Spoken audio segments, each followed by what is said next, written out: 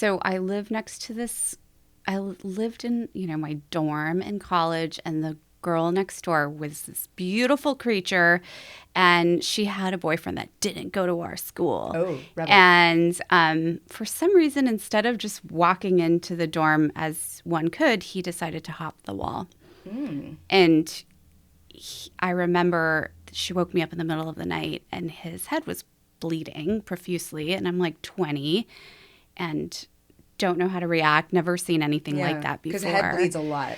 And she was hysterical. And anyway, like, we got him to the hospital, whatever, but he had a major dramatic personality change. Like, he was like this loving, tender, like, they had a lot of chemistry. And then he kind of got more cold, more machismo, and she felt very emotionally disconnected from him. And this is before, like, this is in the late 90s. This is before all the football stuff, NFL, and like all this awareness about head trauma. And I don't really remember much. We know what happened to him else than her saying, like, I attribute it to the night he fell off the wall.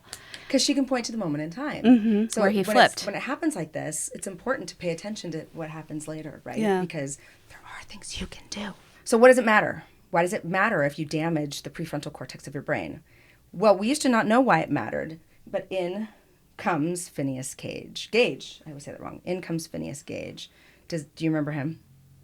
No. So Phineas Gage, in 1848, he was this 25-year-old foreman. I don't recall. From 1848. You don't remember? But I know he's in every textbook now, though, right? Isn't he? Okay, so back in 1848, where Malita was not, there was a man named Phineas Gage, and he was 25, and he was the foreman of this cutting crew, railroad, like they were cutting it through to make more railroad in Vermont. And on September 13th, he was using a tamping iron, to sound familiar, to pack explosive powder into a hole. They're like blowing through rocks and stuff. They needed the shit that needs to go away.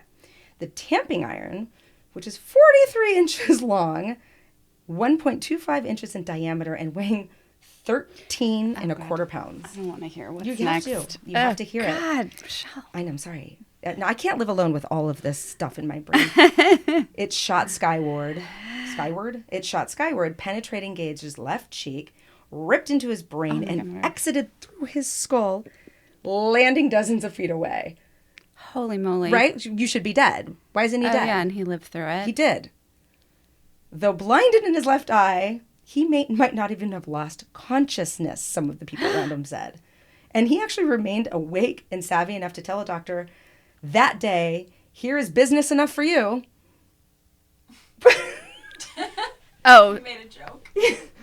That's the beginning of our prefrontal cortex damage. He's joking about that. So his initial survival shocked everybody. Right. And, of course, it made him a freaking celebrity. Everyone's like, Phineas! But his name was etched into history by observations made by this guy, John Martin Harlow, the doctor who treated him for a few months afterward. And he's like, Gage's friends are like, Phineas Gage is no longer Gage. And this is what Harlow wrote about talking to his friends. The balance between his intellectual faculties and animal propensities seemed gone. So what he meant by animal propensities, that whatever, like primal urges the guy had, he could no longer control. Foreshadowing. What part of the brain controls our urges is that flipping part of the brain that he just had a rod go through. He couldn't stick to plans. He uttered the grossest profanity and showed little deference for his others. The railroad construction company that had formerly employed him and described him as the model foreman obviously couldn't take him back anymore. So Gage went to work at a stable in New Hampshire, fine. But then he went to go drive coaches in Chile, which begs a lot of questions. Like the first is, like you just mentioned. How did he get there? How did he get there? And why did he think of going there from... Right.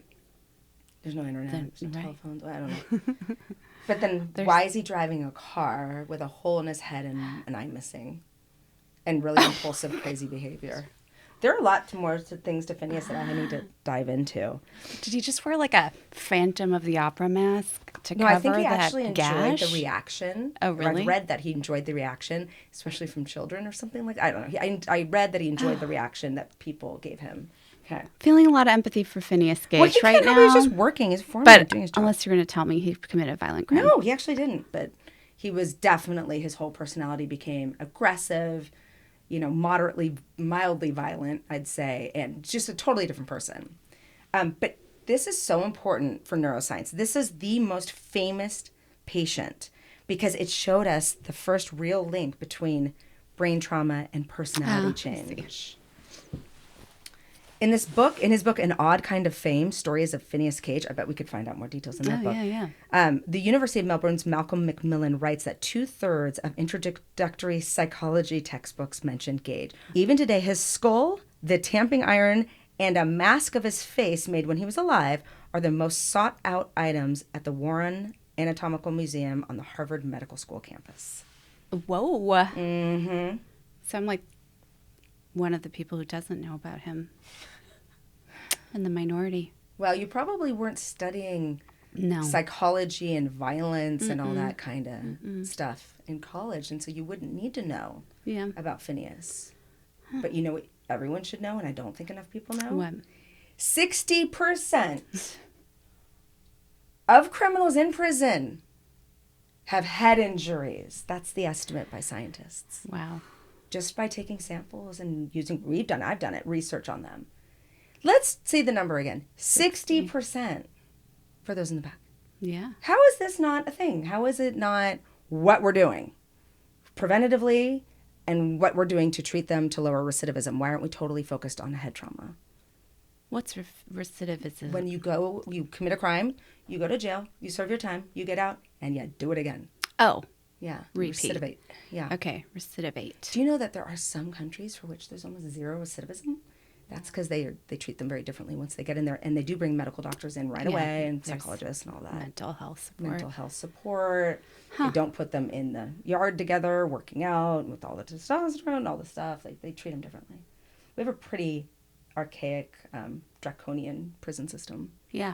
But anyway, they're working on changing the places and the people. There are pilot studies in these prisons doing what we're going to talk about next, that we're going to talk about a little bit. But I want to keep saying it because if people really love true crime, and if there are people out there who want to reduce it and then they'll have less true crime to listen to or watch, but still probably a good idea, that's a good place to start for you. I get a phone call at least once a month from a young, excited college student who's like, how did you do this? And where did you break in?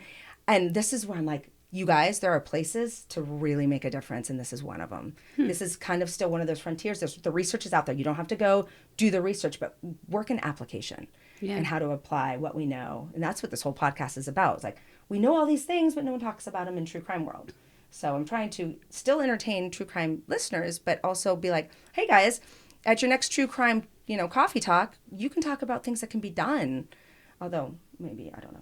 Maybe it's not as interesting to everybody, but I think it's really interesting because for example, the person who wrote that book I was just holding, a mentor of mine named Adrian Rain, when I was at USC getting my PhD, I was his research assistant in his lab for 2 years, and he knew this. He knew, hey, we don't know what it is, but we know there's some biological stuff happening. We know that it's not just all environment. The social psychologists are right in a lot of ways, and there's a lot of environmental trauma triggers that can lead somebody down the path of criminal behavior. Not arguing that that's not there, but there's more to it. There's biology, and we have to look at it. So we measured the brains of murderers who had never been caught. But you caught them to measure their brain. No, we didn't catch them. I covered it in another episode, but I'll sum it up again here. He teamed up with Monty Buxbaum, who was, I think, at UC Irvine, and they looked at 41 murderers' brains, including Bustamante's. They looked at Bustamante's brain, and they did this in a PET scan. So remember I showed you that picture? So PET scan measures the metabolic activity in various areas of the brain.